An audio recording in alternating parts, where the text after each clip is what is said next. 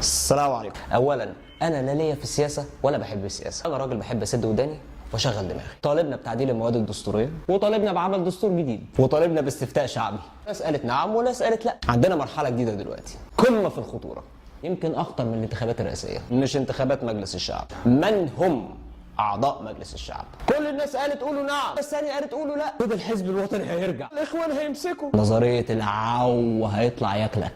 انا عندي فكره صغيره بتفكير الرجعي المتخلف.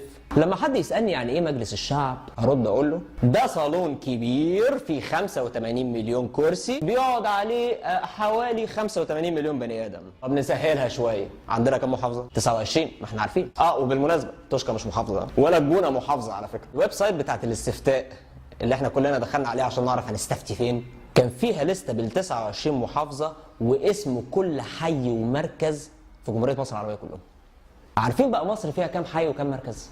القاهرة 33، الجيزة 9، حلوان 11، اسكندرية 16، السويس 5، الدقهلية 22، شمال سيناء، يعني كله تقريبا كده، يعني من غير ما اطول عليكم حوالي 343 حي ومركز. عندنا مثلا في القاهرة في مصيبة سوداء اسمها دايرة قصر النيل، بيسموها دايرة البشوات والاسطوات. مطالب الاسطوات مهمة بالنسبة للاسطوات، مطالب البشوات مهمة بالنسبه للبشوات.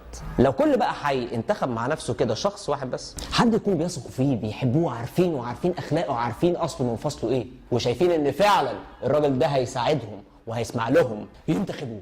ولو في حد غيره يرشح نفسه.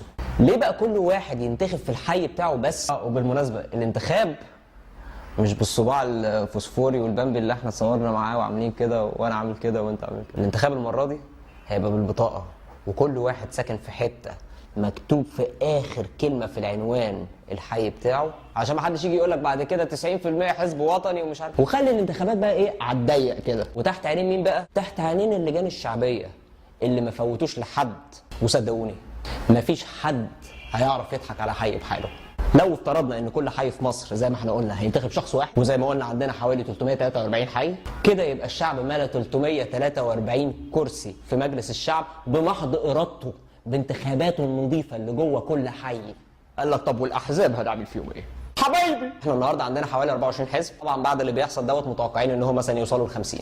هيجرى ايه بقى لو كل حزب كده يقعد مع نفسه كده ومع الناس بما فيهم ايه بقى؟ الاحزاب اللي ما كانش معترف بيها رسميا، ويعملوا انتخابات ما بينهم وبين بعض كده نزيهه برضو. ال 50 حزب دول لو طلعوا لنا 2 من كل حزب، يبقى كده اتكرموا علينا ومالوا لنا 100 كرسي مع 343 443 كرسي. قال لك ناقص واحد. هعتبر الكرسي ده كرسي شرفي بقى وقت الانتخابات الرئاسيه. كل اللي هينتخب نفسه ينتخب نفسه، كل اللي هيرشح يرشح. الانتخابات في الاخر بتوصل ان بيبقى فيه 2 بس، واحد فيهم هيبقى رئيس والتاني مش هيبقى رئيس. اللي مش هيبقى رئيس بقى يا ريت الكرسي ده يكون من نصيبه. ده على اساس انه فعلا كان مرشح نفسه ان هو يبقى رئيس لخدمه شعب مصر.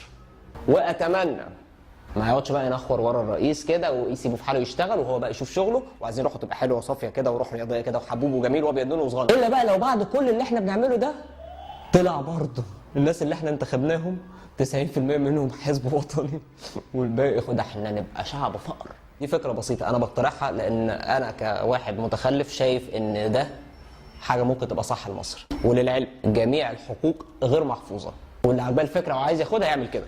انا مش هزعل والله العظيم ما هزعل، بس على شرط ينفذها.